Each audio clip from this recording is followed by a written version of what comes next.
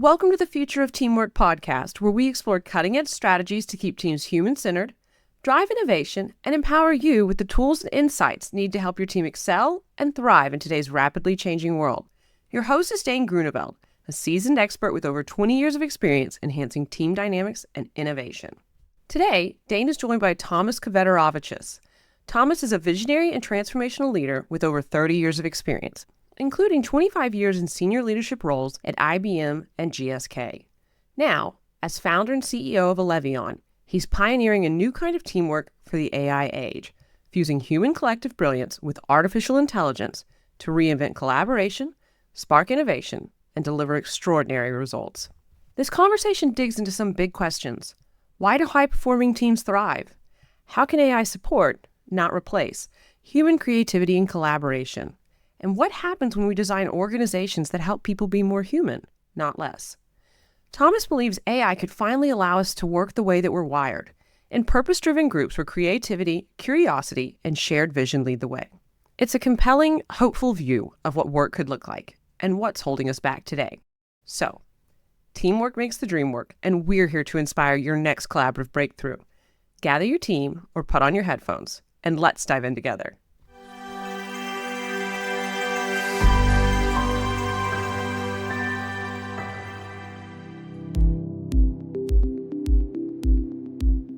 Welcome to the Future of Teamwork podcast. My name's Dane Groeneveld, CEO of the Huddle 3 Group. And today I'm joined by Tomas Kvedaravicius. I think I got that right. I'm pretty close. Actually, you did, Dane. Yeah, thank you. Well, you gave me some good coaching before the show. So Tomas has got some great stuff to be talking to us around high-performing teams, AI, humanity. It's going to be an exciting conversation. He's the co-founder and CEO of Alevion. And we're going to dive straight in. So Tomas, welcome. Tell us a bit more about you.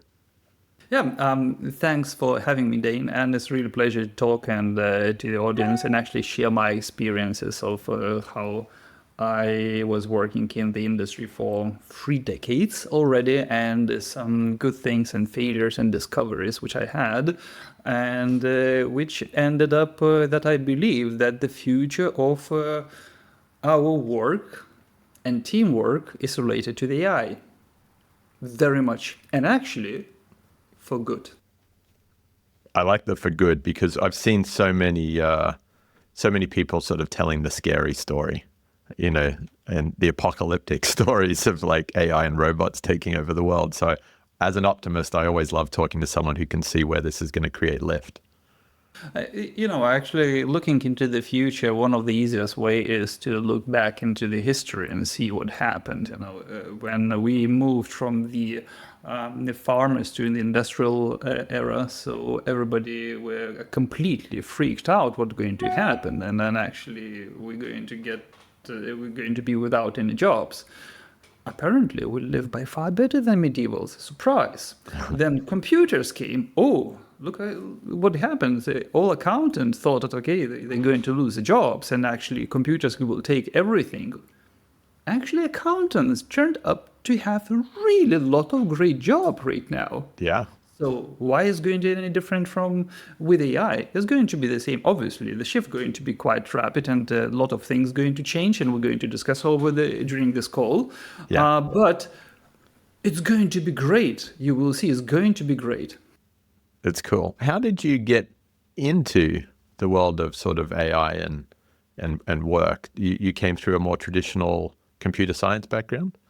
One of my diplomas is a master of the computer, so it's obviously I have some relations with IT, and I worked for quarter of century for IBM. I would say that is one of the pinnacles in the industry, in the history of computers, and most of my teachings came from that company. And obviously Watson, when it came around, long time ago, it was really fascinating. And before the Watson, it was the computer which won the chess, and this is where I really started to be interested. Okay, what's going to happen in the future? It was like in the 90s, and when Watson came around, and I thought, all right, that is not science fiction anymore. that is something that I need to get really deep into that and understand not actually just from the computing perspective,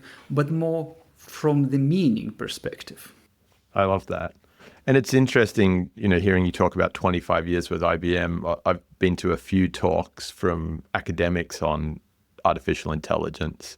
And so many of us think that it's a new thing, like when OpenAI came out and the LLMs were there, but there's been a deep body of research and development around AI for 30, 40, longer, neural networks. many years. It's neural networks since forever. And actually, it was like really neural networks is the AI in reality, right? And this theory is really decades and decades old. It's just that we haven't had computing power for that, and not enough data for that. And then suddenly we have everything what we need for this, and this is how it exploded. And obviously, the looking into the exponential evolution technology, like inventions one after another, just supports right now, which is great. Yeah, it's very interesting. It would be cool to understand what you've seen from your time working in teams around technology that kind of boosted your curiosity and eagerness to be solving problems in this space. So were there particular influences or moments where you're working on teams that caused you to be building this fascination? It might surprise you. Even I'm really deeply in technology and I'm really passionate about technology, but the most important things which brought my curiosity was not technology. Mm-hmm. In high performance teams, which I built throughout my career, and building different products, organizations, and different profiles of the teams and topics, it was never about the computers. Interesting. It was never about the tools that you're using. It was always at the end people. And kind of let me step back a little bit. So when I started career, and one great mentor of mine told that, actually, Thomas, everything is fantastic, top performance, and etc. But look, you will never going to be better than average of your team. That's it. Yeah. And that really stick in my head from the early time of my career. And actually, I was trying to experiment very differently with the teams and figure out actually what really works. Yes. Processes, approaches, and actually processes never worked on the teams. No. And I was trying different theories, how to structure, etc. It doesn't work. And I think, what is going on? And my answer was, look deep into the people. And people that have, we can talk about the different dimensions, etc. But actually, what is the purpose of the people? Yeah. And why we're different from animals? What drives us? Why certain teams and certain people really high performing and others are not?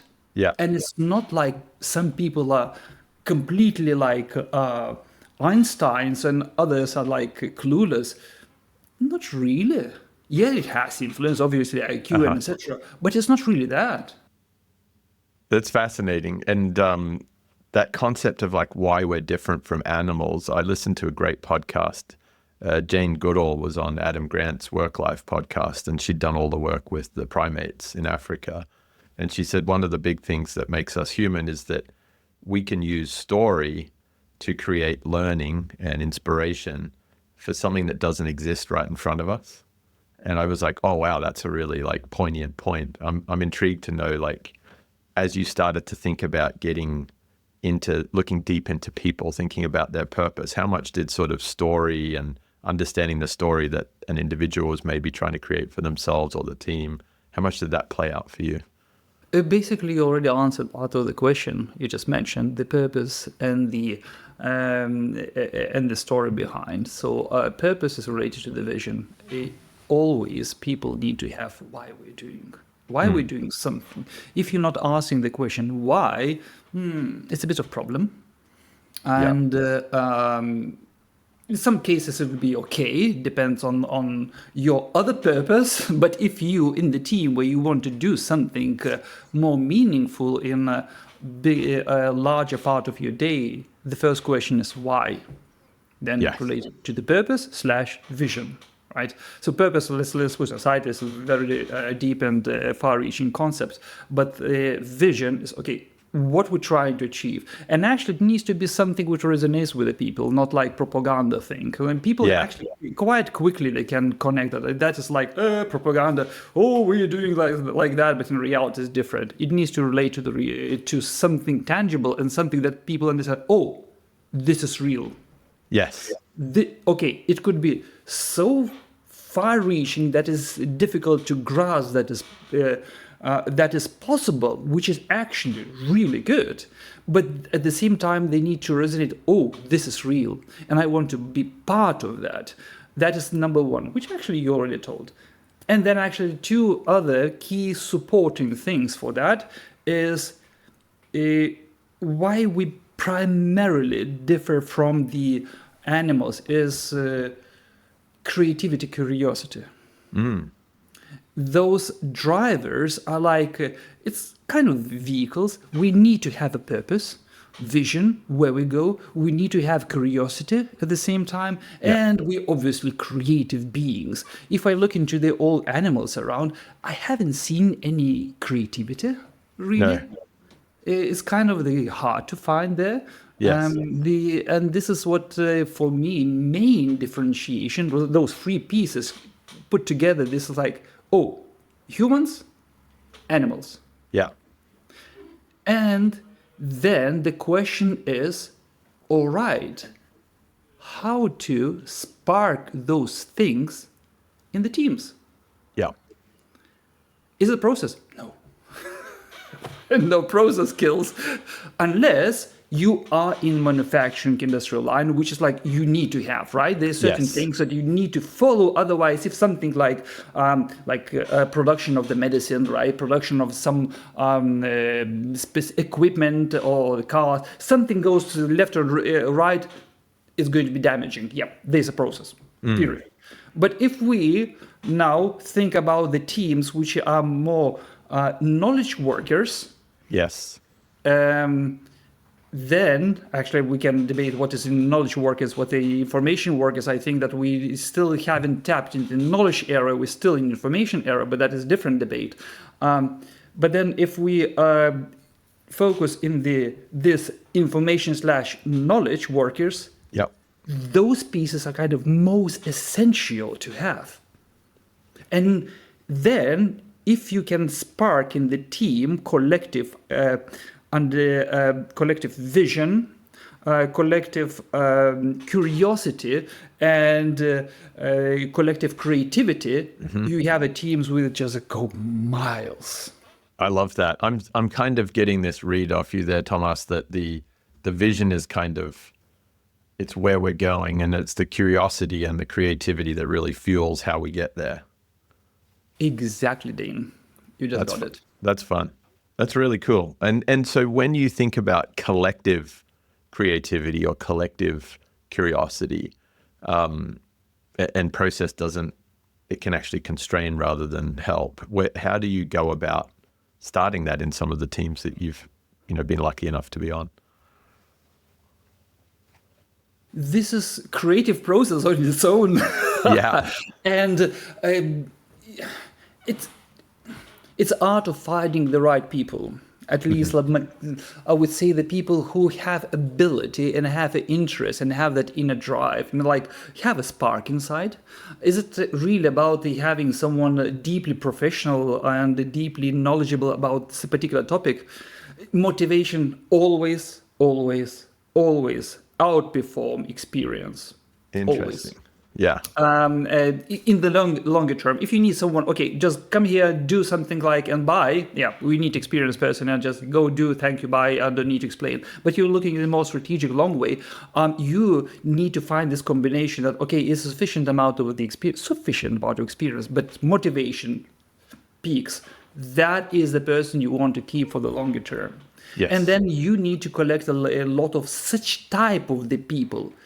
let's not mix up same mindset with the kind of the type of the drive. You don't want to have the same type of the people in the team. It's not going to work. But it's like the biggest mistake you can have is hire people who are like you. Why do I need in the team second me? It's not going to work. It's like, why? I'm already here.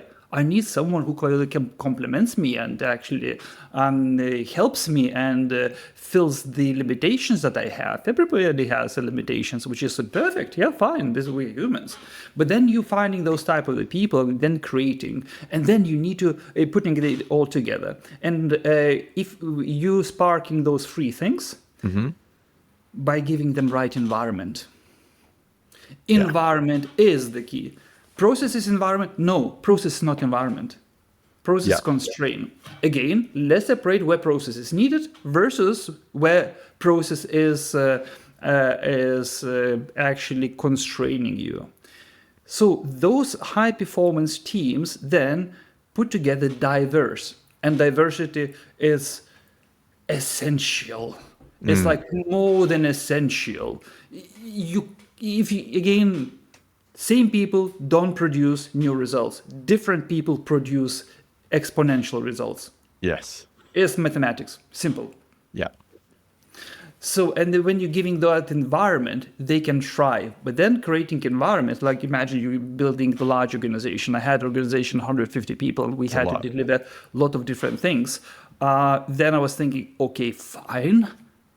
How to manage a lot of creative people who can really conquer the world.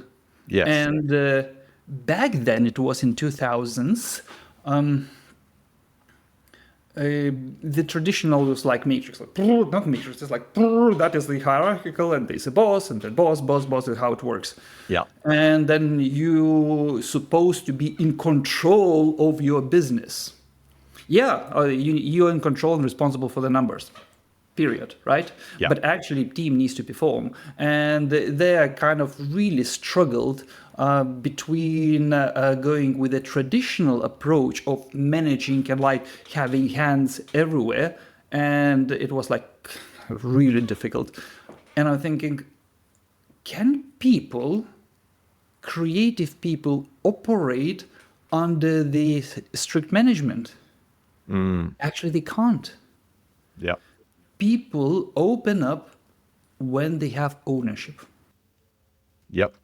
So then you're creating those mini teams where you're giving sufficient autonomy and telling, yep, this is what you need to do. This is the goal that you need to achieve.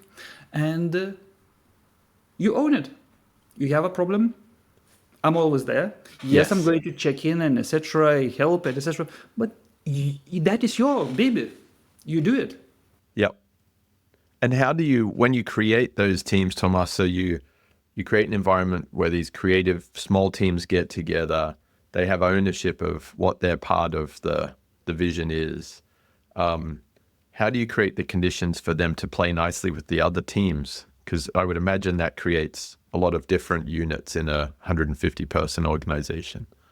It's a realities project. It's not so difficult if you think. I believe that when Agile started, it was a really good idea. And I think the concept of Agile is not dying. It's Agile is in reality is what iterative process. That's it. Iterative process. And they made out of that process, which is like kills the initial manifest of Agile as such, right? It's just interesting. So, but those teams, they have the projects, right? They're working on the projects, and then actually they're owning the projects, which is okay. That is it's slightly different when you're creating large, major product where you have multiple teams. Yeah. I was in some cases I had such in 2 occasions, and I have multiple teams. But then the idea is okay, you need to have sufficiently different area for different teams. That let's say you're building the product which has the UI, AI, data, and design, whatever. And actually you're creating those teams around particular area where they can be fully autonomous what they're doing. And obviously they need cross-connect. And actually this is where you're creating an environment that they cross-connect. They work together on the ideas. And so like, oh, one department delivers for me this, and I'm taking. You need to integrate. That means that people need to cross work all the time on all designs all together. And one of the things which I was implying all the time, that in reality there is no one architect here. Everyone is architect. Yeah. And everyone needs to understand the product in and out. Everything, not just its data or AI performance. Oh, my AI model worked well. I did. This is someone else's responsibility. No. Yeah. No, that is your responsibility as well. That data was good. That means that you haven't sit together with the right guys to enable your model to work properly. Yes. And the data, they tell that actually, let's work together that your data is correct for me. So they need to understand entire product. That's fascinating. And if you flip that out of a product business into a services business, let's make it a really simple business. Let's say, well, not that it's a simple business, but let's say a business that we understand well, a restaurant, large restaurant. I would imagine there's a lot of similarities there that, whether it's the cooks in the kitchen or the manager or the person who's managing all the supply chain ingredients, the waiter, the front of house, I would imagine they all need to know how to play well with each other to bring the whole experience together. They need not just to play well with each other. The waiter needs to know quite well how a dish is being prepared. Great point.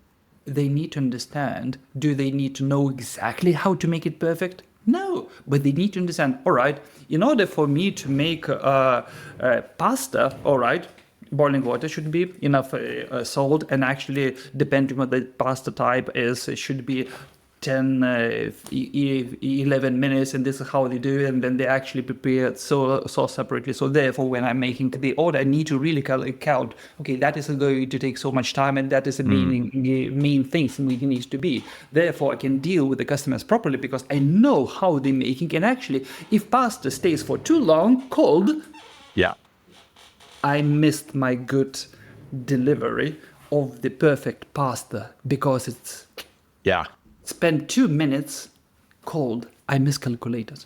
Yeah, that's a great example. And it also reminds me of when you go to those restaurants and you're ordering your meal and they're like, hey, the souffle is going to take an extra 20 minutes, so put your dessert order in now. But you're right, the people at the front of house need to know that. And that is exactly everywhere. You need to understand what is happening because then you can do your job to the perfection. I love that. And I'm seeing more in work, Tomas, that we need to take inspiration in our workplaces. Like corporations have become very heavy, very process heavy. Lots of employees are running around doing lots of tasks and lots of different tools, and they don't have the time to lift their head up and look, east and west across the business for what else is going on because they're working in those more rigid hierarchies of like delivering for the boss above them. And this is, I think, that we are tapping to the essence of the future of the teams right now, what is going to happen and where we're going. Large corporations, they didn't challenge the situation. We understand the transformation is inevitable, and arrival of AI going to change things to the degree that is even unpredictable. And why it is happening? My theory is, actually not my theory, this is what I would say it resonates with me most, is understanding what happened. It happened is that in the last decades, amount of the information, I'm not even touching knowledge. Knowledge is a different thing. Amount of information is arriving to such degree, and the speed and complexity that actually becomes exponential. Yes. Human cognitive capacity fixed. That's Yeah. it. That is human cognitive capacity, exponential growth, and the information through the peak. And actually, we already bypassed the breaking point. What companies are doing with this? They're thinking, okay, we can't deal with this. It's too much. Let's hire more people. Yeah, good. We're increasing this cognitive capacity from here, there. Just mini changes. Yeah. Yeah, but that is already there. Yeah. So, but you're adding more people, what you're creating such amount of the different cognitive silos that you need to manage all together. Then you're creating chaos. Then you need to create the organization that you can manage all that stuff. And this becomes like snowball. Yeah. And where a large company is spending most of the time with such brilliant people they're hiring, information exchange and coordination. Yeah. And that in reality, if we think it creates complete paralysis of the organization as such. So, and I believe that organizations understand. And obviously attempt to make the processes around that is really nice attempt, but processes are driven by industrial error, right? Yeah. Process equal industrial error. That's it. Manufacturing, doing manufacturing, you need to have a process. Otherwise you can't produce things in the large scale. It's like impossible. Therefore, all those MBAs, everything what we knew from the past era, we're bringing in information/knowledge era. But this era is completely different. Principles are different. And application of industrial era principles do they work? I mean, honestly, have you seen where they work? They do not. They work to the small degree, but the problem which I mentioned, exponential growth, and we already bypassed the breaking point, shows that actually it's not. It doesn't work. And what we're trying again, reorganizations, different processes, and adding more tools. Will it help? Problem stays the same. We're not addressing the root cause. And it also reminds me of your earlier point on creativity and curiosity. If you've got a team that is heavily driven by information exchange, they're not being given the opportunity to be curious or to be creative, because 40 hours a week, they're just crunching, data and information. Yeah, it's in reality, we're doing machine work, crunching information data. Yeah. Is this for humans? Doesn't feel good. No. We humans are designed for something else, much greater than crunching information and data. Yeah, no, that's a brilliant point, Tomas. And it also makes me think a lot about smaller teams, because I think when you're in a big team and there's a lot of information exchange, it's hard. But small, I guess that's why we've seen startups prove successful in a lot of cases, because you bring a small team together that have got a vision, they're curious, they're creative, they're not constrained by all of those systems and information transferring processes, and they can just go out and build something quickly. And that's probably why we see so much innovation come from startups rather than large corporates. Obviously, the startups, they have a big advantage because they're still growing, right? And then they haven't reached the level that they need to really serve thousands of the customers and be like large companies. But this is about to change. This is about to change, and with arrival of AI, which can reason to the very high degree, and around the corner going to be AGI. So that means that a lot of the problems which smaller companies are facing when they're becoming big, going to be less painful, and you can really redesign things differently. And this is where I'm starting to work on this idea with my company of, okay, how future teams going to operate. And based off what we have discussed, future teams, they don't really need more information.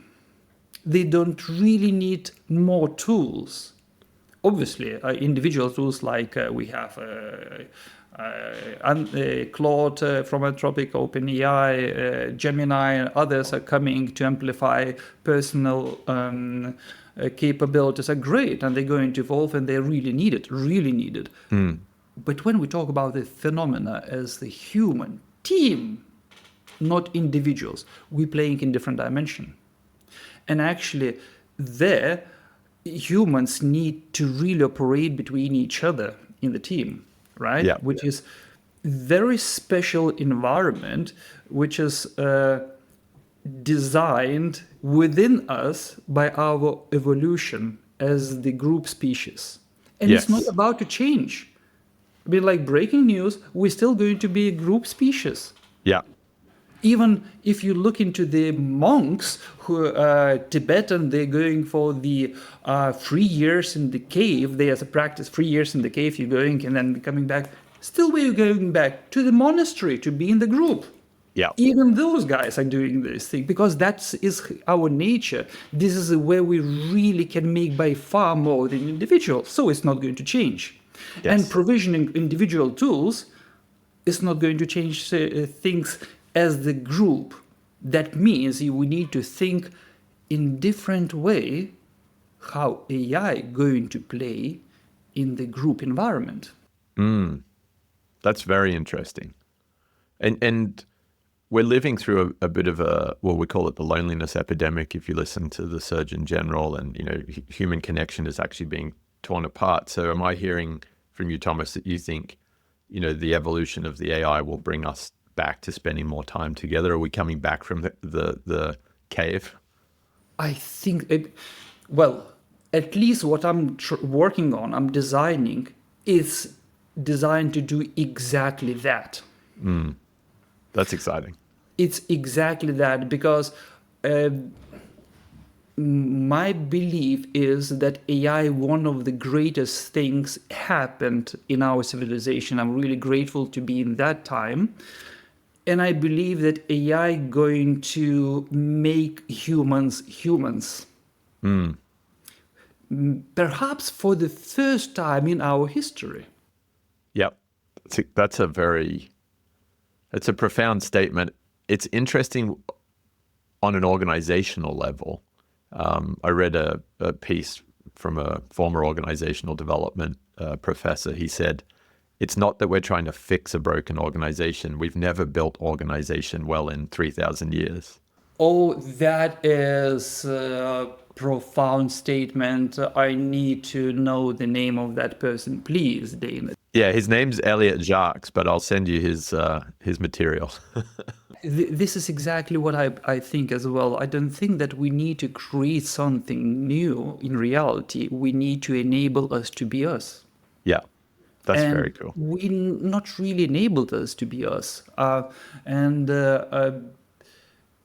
If everybody remembers great teamwork when we spending some time together in the small groups, and after the half an hour, 1 hour, coming back with us like, oh, we just like blew our mind how we together came up with incredible things, right? Yes. And we have a lot of meetings when everyone is looking, having phone, or someone is having a laptop. It's like, hey, this is your device, and good. And then thinking, it's the wrong meeting for me to be. Why I'm here? Yeah. This like, what do you do with your phone? We're just trying to come up with some ideas. Thinking is completely opposite sides. Yeah. So therefore, imagine AI. Yeah, what is going to be with the AI as such as a tool? Yeah, another iPhone, another thing. Yeah, you're going to ask the question, response. But we, as a group species, we work together. So it's not going to be AI world and human world. It needs to be blended world. And actually, AI needs to do what it's good at, and humans need to do what they're really good at. Yes. Yeah, that's encouraging. And work together. It's not like, oh, this is world, this is world. No, work together. Yeah. As the partners. This is what I think is going to happen, and this is what I'm designing. That's very cool. Because I've always questioned, like, are we going to see technology as a team member and almost personifying it as like, hey, there's Jenny the robot. But what I'm hearing you say is that actually it's more in the flow. Like we're going to be operating as humans, and then the AI or the technology is going to just be in that environment with us. We're not going to be going and asking questions to it in that same way. Oh, you just nailed it, Dane. And obviously, for AI to be part of us as humans and a very complex beings, and especially complexity comes not like when we ask the question ChatGPT, which is really great. I mean, I'm really looking for every next release, and actually, I'm working with the OpenAI APIs and the Claude and Gemini all the time, which is fantastic. Yeah. But I want to really amplify myself within the group differently. Yes. Because if I work with the screen one-to-one is question answer. Question answer. Yes, we can solve the things and etc. But breakthroughs are not happening this way. It's a human condition where the teams are working together, right humans in one place. This is where breakthroughs are happening. And breaking news, they're not rational. That's an interesting one. Tell me more about that. So, all right, you're asking a lot of questions, Dane, right now, which is really great questions, and actually will be really great to have with you in discussion in half a year, when we can discuss what we have achieved. But this human mind is very complex, really, and actually we still don't understand how we operate, right? Yeah. And although science works on that for, I don't know, even before science, religions were trying to work on this, and it's like it's forever question is who we are and how we operate and why we are we. What does it mean I, and how I relates to another I, and how I gets together. This is like. Actually, this is a really interesting, fascinating subject, because when you analyze that, you can understand a lot.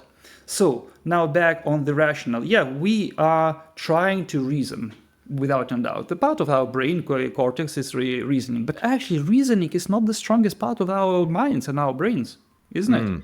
No. It's the slowest piece of our mind. Yeah. And that means that humans, as a species, operate by far the stronger machinery. And those machineries brought together, it's like we're creating explosion when those machineries brought together. What you need to do is actually to support those machineries together. And science already showed a lot of evidences that actually major breakthroughs and like biggest amount of breakthroughs are happening not like one-to-one rational thinking, but completely rational. Accidental thinking is something happens which haven't been logically thought like step by step. It's like bang, you're doing something and meeting another person in the cafeteria, and then together like, whoa. Yes. We got it. And that is how humans operate. It's very important to understand that. But in order for AI to blend, you need to understand the depth of the human collaboration and how teams are going to work in the future. Well, that's fascinating. We did some work recently with Maggie Jackson, who wrote the book Uncertain. And what you're sharing there ties heavily to what I understood of her work, which is as humans, you know, we're often very driven by like threat chemistry, you know, fight or flight, just survival. And so we've always sought to create certainty around what food to eat, where to live, what to do when we see an animal, but we're not great at it. So we create all these heuristics. And actually what her work was saying is teams that build a tolerance for living in uncertainty and not trying to reason or make a rational judgment, and they do lots of mini small experiments, they're the ones that just find real answers and real opportunities. And it's cool work. It's really interesting work, and actually it relates a lot with the works of Plato, because he as well tapped into that area and discussed. And actually there are multiple other theories. Actually, we can operate by far better when we're not talking about the cave level existence.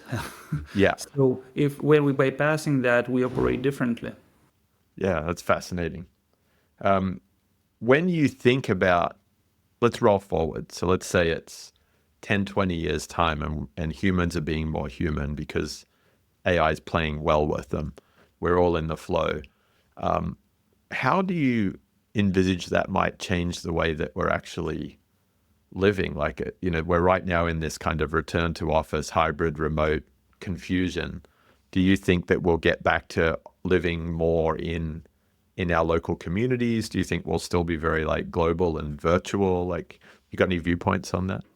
If we lose being global, we lose a lot, because then naturally what's going to happen, we're going to get into very small communities. That means by definition, diversity is really minimal. If you don't have diversity, then so you can't produce big things, period. Yeah. That's it. I don't think that we need to lose the globalization for the good reason, right?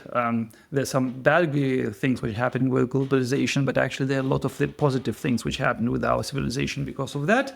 And the work will be, well, I want to create environment where work is fun, Yes. engagement, period.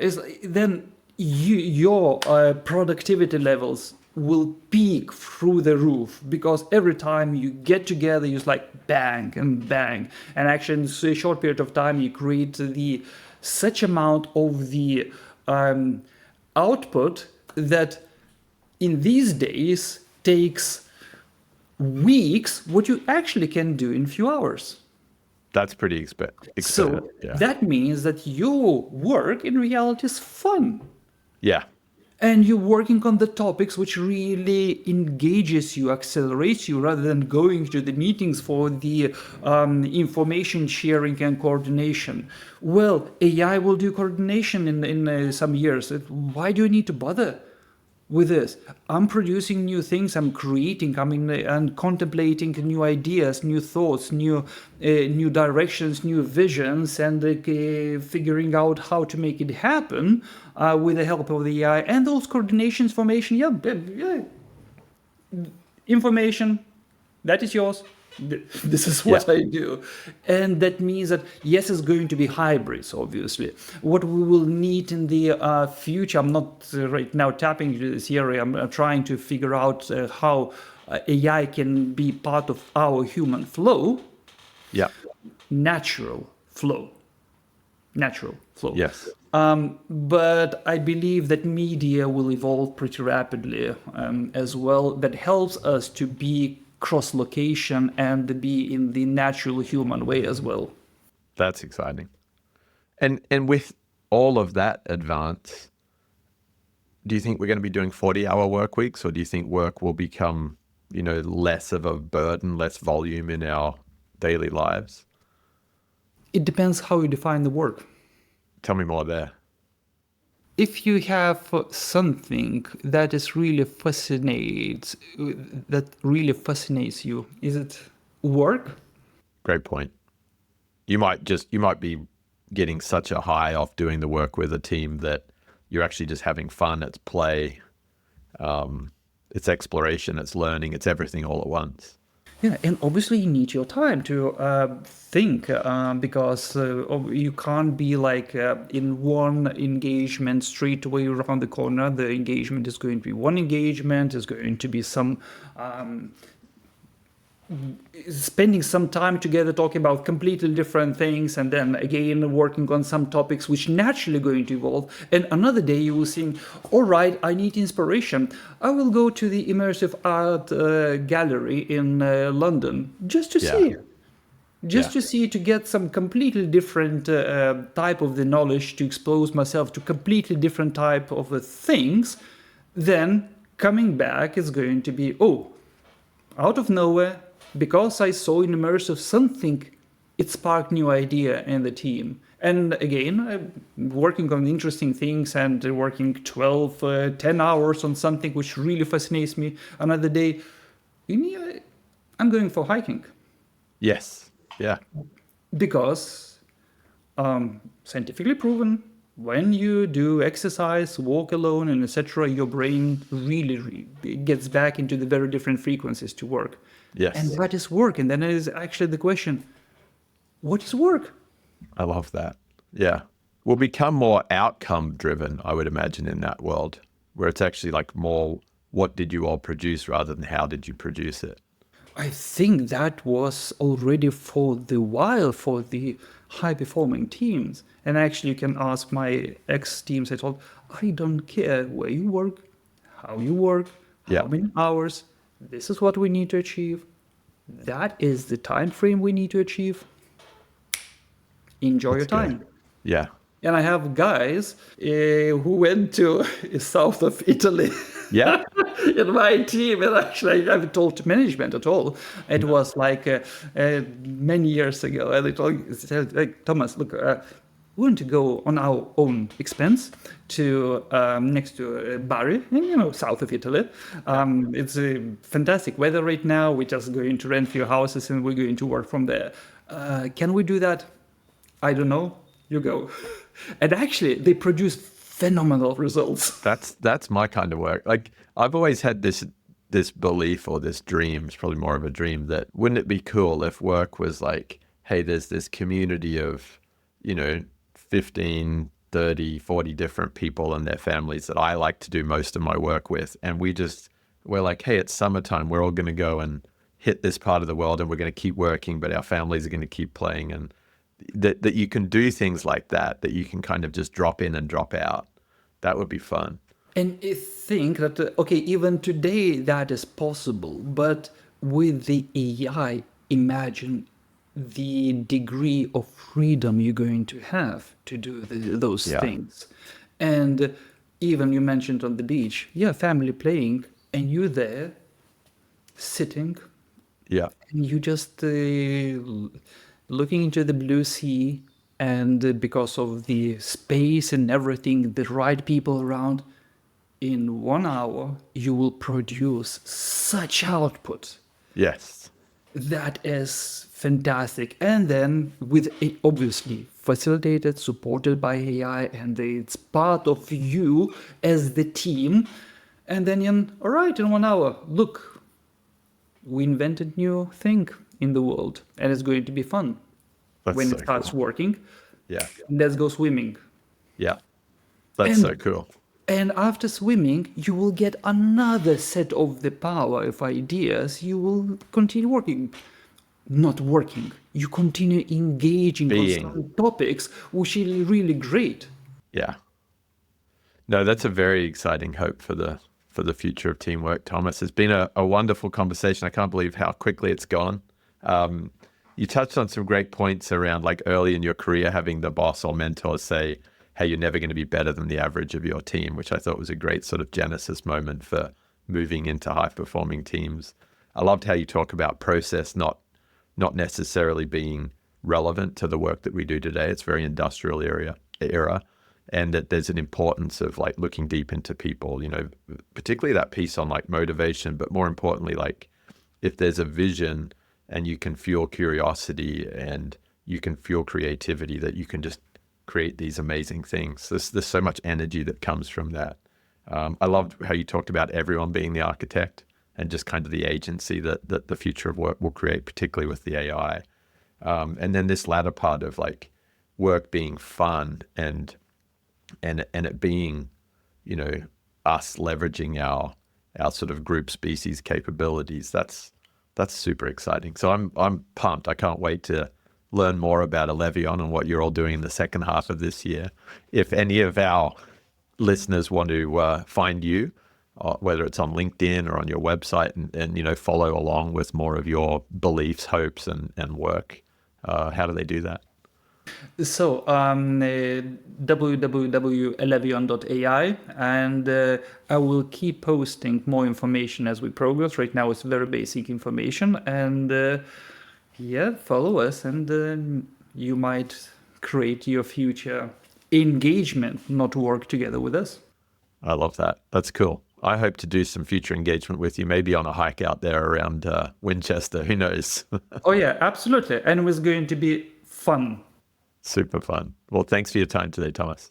All right. Thank you. Bye. Thank you for joining us. Remember that by embracing vulnerability, trusting our intuition, and approaching challenges with compassion, We not only strengthen our teams, but also pave the way for a future where collaboration thrives. If you're hungry for more insights, strategies, and research on collaboration, head over to thefutureofteamwork.com. There, you can join our mailing list to stay updated with the latest episodes and get access to exclusive content tailored to make your team thrive. Together, we can build the future of teamwork. Until next time.